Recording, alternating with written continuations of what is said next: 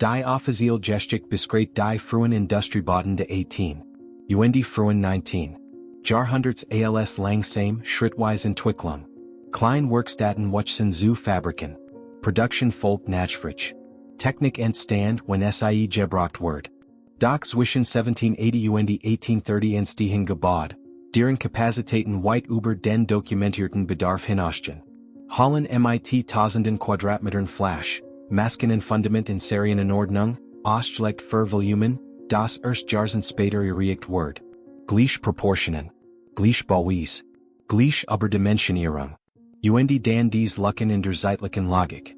Die folgenden Aufzeichnungen basieren auf öffentlich zugänglichen Bauplänen, Archivmaterialien erhaltenen Strukturen. Sie rekonstruieren eine Entwicklung, die oft als linear dargestellt wird, aber in ihren Details auffällig vorzeilt. In Nordengland Ende der 18. Jahrhunderts. Die ersten großen Baumwollspinnerien entstehen entlang von Flüssen. Offiziell, Wasserkraft zu nutzen. Die Gebäude sind massiv. Mehrstockig. Gleichmäßig angeordnet Fensterreihen für Licht. Doch ein Detail fällt auf. Ein einzelnes Werk, gebaut 1785, besitzt Raum für über 1,000 Spindeln. Die tatsächliche Produktion in der Region liegt zu diesem Zeitpunkt bei einem Bruchteil dieser Kapazität. Die Infrastruktur ist vorhanden. Die Nachfrage nicht. Einige Jahrzehnte später wird genau diese Kapazität benötigt. Doch die Gebäude stehen bereits lang über. Die zeitliche Reihenfolge wird verschoben. Ein ähnliches Muster seit sich in Neuengland fürs 19. Jahrhundert. Textilfabriken entstehen entlang künstlich angelegter Kanäle. Präzis geplant, geometrisch angeordnet, Wasserrädern, die kontinuierlich Energie liefern. Die Anlagen sind nicht nur funktional. Sie sind vorbereitet. Mehrere Fabriken verfügen von Beginn und überzusätzlich Maskenenplatz, verstärkt Boden Erweiterungsachsen, strukturell integriert, nicht nachträglich hinzugefügt. Die Bauweise antizipiert eine Skalierung, die offiziell noch nicht eingetreten ist. Der Aufwand ist erheblich. Die Planung noch mehr. In Mitteleuropa seit sich ein Verwandsbild. Früh Eisenwerk mechanisch Werkstätten wurden mit großzügigen Hallen errichtet. Oft in Regionen mit begrenzter aktueller Nachfrage. Dennoch wurden sie mit standardisierten Fundamenten ausgestattet, die mehrere Maschinenreihen aufnehmen können. Die Gleichmäßigkeit ist auffällig. Ob nicht einzelne Werkstätten entstehen, sondern ein System. Ein kurzer Blick auf Zahlen verstärkt dieses Bild. Zwischen 1800 und 1820 steigt die industrielle Produktion in mehreren Regionen moderat. Doch die Baukapazitäten dieser frühen Fabriken liegen häufig bei dem 2 bis 3-fachen der tatsächlichen Nutzung. Nicht in Einzelfällen, sondern wiederholt. Die Differenz ist konstant genig, nicht zufällig zu wirken. Die offizielle Erklärung bleibt nachvollziehbar. Unternehmer planen voraus. Investoren denken langfristig. Infrastruktur wird mit Wachstum im Blick gebaut. Ein gewisser Überschuss in Kapazität gilt als wirtschaftlich sinnvoll. Tatsächlich, in Weilen fallen bestätigt die spätere Entwicklung des Planung. Doch die Präzision dieser Überplanung fällt auf. Nicht nur mehr Raum, sondern exakt strukturierter Raum. Nicht nur Reserve, sondern vorbereitet Serienproduktion. Ein weiteres Detail. Die Bauweise selbst. Viele dieser Fabriken folgen identischen Mustern, unabhängig von Region oder Bauer. Fensterabstand, Deckenhöhen, Tragwerkstrukturen. Es entsteht der Eindruck einer standardisierten Vorlage. Zu einer Zeit in der Kommunikation langsam ist. Zu einer Zeit in der Bausen lokal gebracht sein sollt. Doch tauchen ähnliche Strukturen in England, den USA und Teilen Europas nahezu gleichzeitig auf. Ein Beispiel aus Schottland. Ein Spinnerei, errichtet in den 1790er Jahren, seit ein klar modular Struktur. Jede Etage ist in identisch Abschnitt unterteilt, ausgelegt für Maschinen, die zu diesem Zeitpunkt teilweise noch nicht verbreitet sind. Die Architektur schenkt auf Technik zu Warten. Nicht umgekehrt. In Frankreich seit sich ein paralleles Muster. Früh Industriegebäude in bestimmten Regionen weisen bereits logistisch Anbindungen auf. Breit Zufahrten, Lagerflächen, intern Transportweg. Die Dimensionierung dieser Elemente übersteht den damaligen Bedarf deutlich. Die Bugung von Waren ist eingeplant. Beaver die Waren existieren. Dies Wiederholungen beginnen, ein Muster zu vermehren. unabhängig von Ort, unabhängig von Material, unabhängig von spezifischer Industrie. Ein Kaiser, nocturner Gedank drängt sich auf. Die Planung skänkt nicht nur auf Wachstum zu reagieren, sondern Wachstum vorauszusetzen. Und dann erscheint ein weiterer Aspekt. Die Geschwindigkeit. Innerhalb weniger Jahrzehnte entstehen nicht nur einzelne Fabriken, sondern ganz industrielle Landschaften. Kanäle, Straßen, Lagerhäuser, Produktionsstätten, oft gleichzeitig. Die Koordination dahinter ist bemerkenswert. Nicht unmöglich, aber ungründlich deit. Ein Blick auf Karten dieser Zeitlinien, Transportlinien, Wasserweg, Straßenachsen. Sie verbinden Orte, die zu diesem Zeitpunkt noch keine hohe industrielle Aktivität aufweisen. Doch die Verbindungen sind da. Konsequent. Ein einzelnes Beispiel genügt nicht. Doch mehrere beginnen sich zu überlagern. England, Nordamerika, Kontinentaleuropa, gleiche Strukturen, gleiche Logik. Die offizielle Erziehung bleibt stabil. Industrialisierung als Antwort auf Steigen nachfrage. Innovation als Folge von Bedarf. Wachstum als Ergebnis von Entwicklung. Und Wils deren passt. Doch einige Details liegen leicht außerhalb dieser Linie. Nicht dramatisch, aber konstant. Ein Leser Gedank entsteht. Wenn Infrastruktur wiederholt größer ist als der aktuelle Bedarf, wenn Gebäude für Maschinen vorbereitet sind, die erst später verbreitet werden, wenn Regionen gleichzeitig ähnliche Systeme entwickeln, dann verschiert sich der Blick leicht. Nicht weg von der bekannten Geschichte, aber tiefer hinein. Ein kurzer Moment der Still in den Aufzeichnungen. Dann ein weiteres Beispiel. In den frühen amerikanischen Mullenstädten wurden komplett Produktionskomplex in einem einzigen Bauzyklus errichtet. Mehrere Gebäude, verbunden durch Wasserkanal und intern Weg. Nicht erweitert, sondern fertig. Vom ersten Tagen. Die Dimensionen stimmen. Die Nutzung folgt später. Die zeitliche Reihenfolge bleibt bis dahin. Doch es fühlt sich anders an. Einige Historiker betonen den Optimismus dieser Epoche. Die Bereitschaft groß zu denken. Die Vision, zukünftig Markt zu bedienen. Und vielleicht liegt genau dort die Erklärung. Vielleicht. Doch die Wiederholung bestimmter architektonischer Lösungen über Kontinente hinweg, die scheinbar synchronen Entwicklungen, die Praxis Überdimensionierung. Sie erzielen ein leises Echo. Die sollen passen. Die Gebäude stehen. Die Nutzung kommt später. Die Abfolge ist korrekt. Aber die Logik dazwischen beginnt sich zu dehnen. Und genau an dieser Stelle beginnt sich das Muster weiter auszubreiten. Die gleichen Strukturen tauchen nicht isoliert auf. Sie verbinden sich. In den Vereinigten Staaten zu Beginn des 19. Jahrhunderts entstehen Projekt, deren Dimensionen weit über die unmittelbare Nutzung hinausgehen. Der Erie-Kanal wird oft als Symbol für wirtschaftliche Weitsicht beschrieben. Ein künstlicher Wasserweg, der den Hudson River mit den großen Seen verbindet. Zum Zeitpunkt seines Baus ist das Handelsvolumen in der Region begrenzt. Doch die Kapazität des Kanals übersteht diese Realität deutlich. Ist nicht nur funktional. Ist vorbereitet.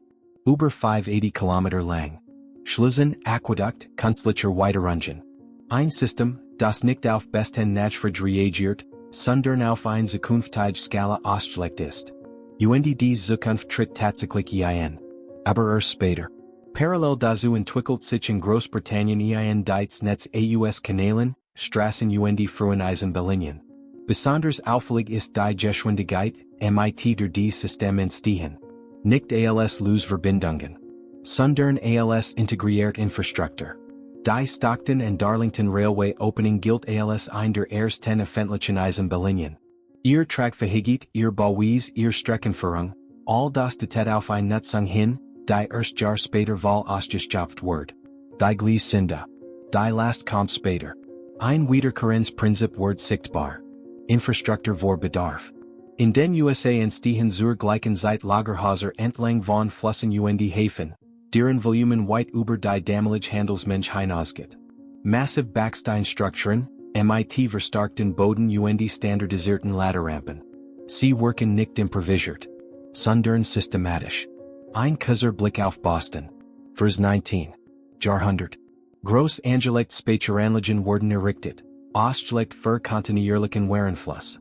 Doch dieser Fluss ist zu diesem Zeitpunkt noch begrenzt. Die Raum sind bereit. Die Bugung entwickelt sich später.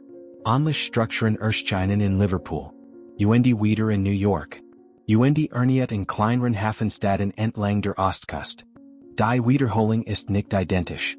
Aber sie ist konsistent genig, aufzufallen. Ein weiterer Aspekt verstarkt dieses Bild. Die Energieversorgung. Früh industrielle Systeme setzen auf Wasserkraft. Doch viele Anlagen wurden so gebaut, dass sie später auf Dampfkraft umgestellt werden können.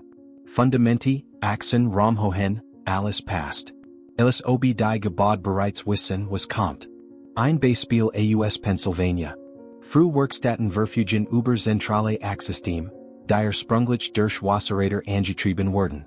Doch die Konstruktion erlaubt eine direkte Integration von Dampfantrieben. Nicht als Umbau. Sondern als Option. Von Anfangen. Diese Art von Planung setzt ein Verständnis voraus. Nicht nur für aktuelle Technik. Sondern für kommende Entwicklungen. Ein kurzer Moment. Dann ein weiteres Detail.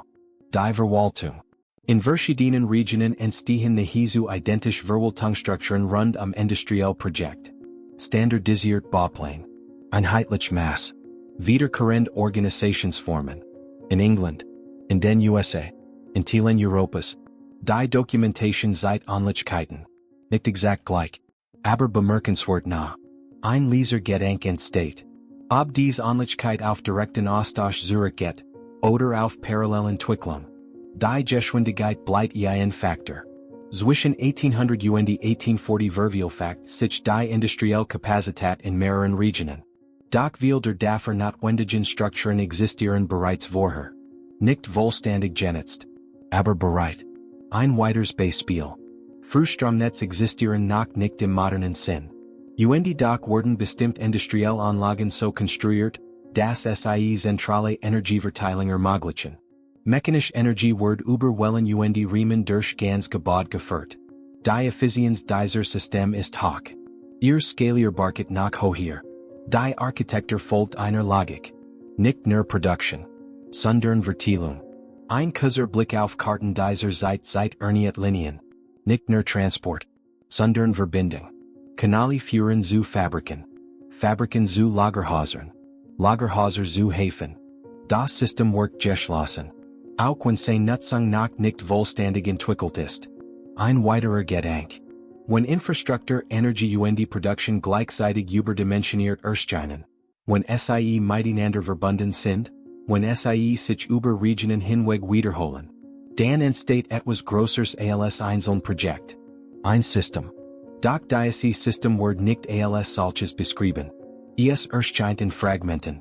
In einzelnen Geschichten. In regionalen Entwicklungen. Die Gesamtstruktur bleibt im Hintergrund. Ein Beispiel aus dem mittleren Westen der USA. Frühsiedlungen entstehen entlang geplanter Transportachsen. Straßen und Kanäle wurden angelegt, bevor die Bevölkerung stark genig ist, sie vollständig zu nutzen. Die Wedge sind da. Die Bugung folgt. Ein kurzer fast beläufiger Satz aus einem zeitgenössischen Bericht beschreibt es nüchtern. Man bot nicht für das Jetzt, sondern für das, was kommen soll. Und doch. Die Präzision dieser Vorbereitung bleibt auffällig. Ein weiteres Detail. Viele dieser Systeme sehen ein bemerkenswert Widerstandsfähigkeit. Gebäude, die für größere Lasten ausgelegt sind, überstehen Jahrzehnte intensiver Nutzung. Die Überdimensionierung wirkt im Nachhinein sinnvoll. Aber sie war von Anfang an da. Ein Leser Spannungsbeginn entsteht. Nicht laut. Nicht dramatisch. Aber konstant. Die gleichen Muster. Die gleichen Entscheidungen. Die gleiche Reihenfolge. Infrastruktur. Der Nutzung.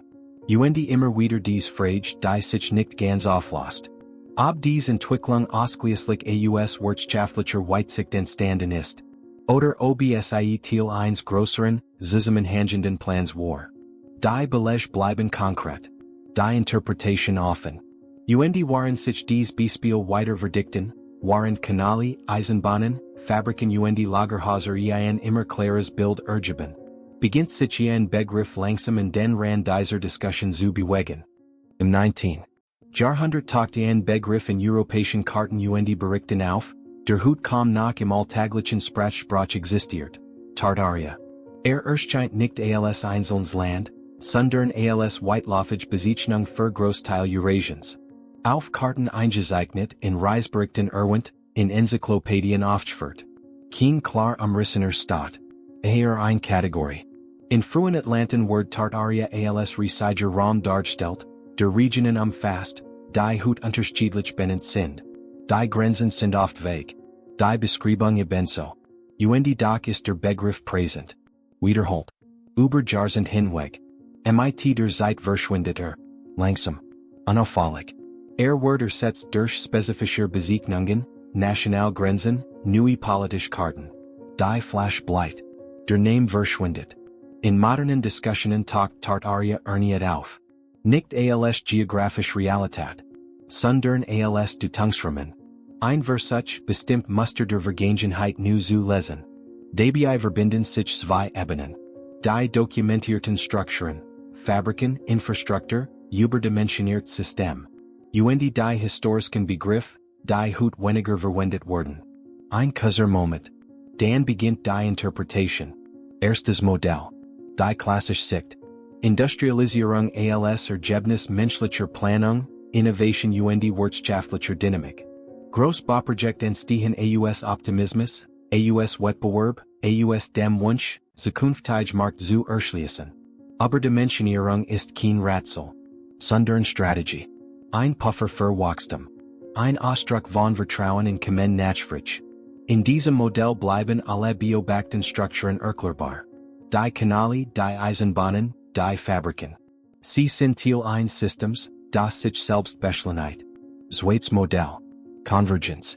Unabhängige Regionen entwickeln ähnlich Lösungen, while sie vor ähnlichen Herausforderungen stehen. Transport, Energieproduktion. Die Ähnlichkeit der Beweisen entsteht nicht durch Direktverbindung, sondern durch Functional Notwendigkeit. Wenn Wasser genutzt wird, entstehen ähnliche Gebäude. Wenn Maschinen installiert werden, folgen ähnliche Strukturen. Die Wiederholung ist dann kein Hinweis auf Koordination, sondern auf Effizienz. Drittes Modell. Ein erweitertes Narrativ. Die bestehenden Strukturen konnten auf bereits vorhandenen Grundlagen aufbauen. Nicht vollständig neu erschaffen, sondern weiterentwickelt, angepasst, integriert. In diesem Modell erscheinen bestimmt Gebäude, System Planungen weniger als Anfang, sondern eher als Fortsetzung. Die Interpretation bleibt offen. Ein Lesergedanke verbindet dies Modell. Alle drei erklären Teil des Bilds. Keins umfasst es vollständig. Ein kurzer Rückblick. Die frühen Fabriken. Ihr überdimensionierten Hallen. Ihr vorbereiteten Strukturen. Die Infrastruktur. Kanäle, Eisenbahnen, Straßen. Gebäude vor voller Nutzung. Die Energie. System, die auf zukünftige Technik ausgelegt sind. Schließlich die Begriff. Wie Tartaria. Einst präsent. Hut selten. Dies Elemente existieren unabhängig voneinander. Doch zusammen erzielen sie ein Muster. Ein weiterer Schritt zurück. Das Jahr without a Summer. Ein globals Klimaereignis. Ernstfall. Ungewöhnliche Wetterbedingungen. Veränderungen in Gesellschaft und Wirtschaft. Ein Einschnitt. Nicht direkt verbunden mit den industriellen Strukturen. Doch zeitlich notwendig, in den Kontext zu fallen. Die Welt verändert sich. Schnell. Ein Leserübergang entsteht. Wenn man dies Elemente nebeneinander legt, nicht sie zu vereinen, sondern sie zu betrachten. Dann beginnt sich ein Bild zu formen, das weniger linear wirkt. Nicht als klar Linie von Wirkung, sondern als Netzwerk. Ein Netzwerk aus Entscheidungen, Entwicklungen und Begriffen. Die Fabriken stehen darin nicht isoliert. Sie sind Knotenpunkt. Die Infrastruktur verbindet sie. Die Begriff Rahmen sie. Irgendwo zwischen diesen Ebenen entsteht Raum für Interpretation. Ein kurzer Moment der Ruhe. Vielleicht liegt die Erklärung vollständig in der bekannten Geschichte. Vielleicht in wirtschaftlicher Weitsicht, technischer Innovation und paralleler Entwicklung. Vielleicht auch teilweise in Strukturen, die bereits vorhanden waren und neu genutzt wurden. Oder in einer Kombination aus allem. Die Belege bleiben. Die Gebäude stehen. Die Karten existieren. Die Deutung bewegt sich. Ein letzter Blick auf die frühen Fabriken. Ihr Fenster. Ihr Hallen. Ihr stillen Maschinen Fundament. Sie wirken vorbereitet. Nicht nur für Production. Sondern für etwas, das über den Moment hinausgeht. Die genau dort in dieser stillen Vorbereitung, bleibt ein Gedanke bis dahin. Der nicht abgeschlossen Word. Die Evidenz lat zur Betrachtung ein.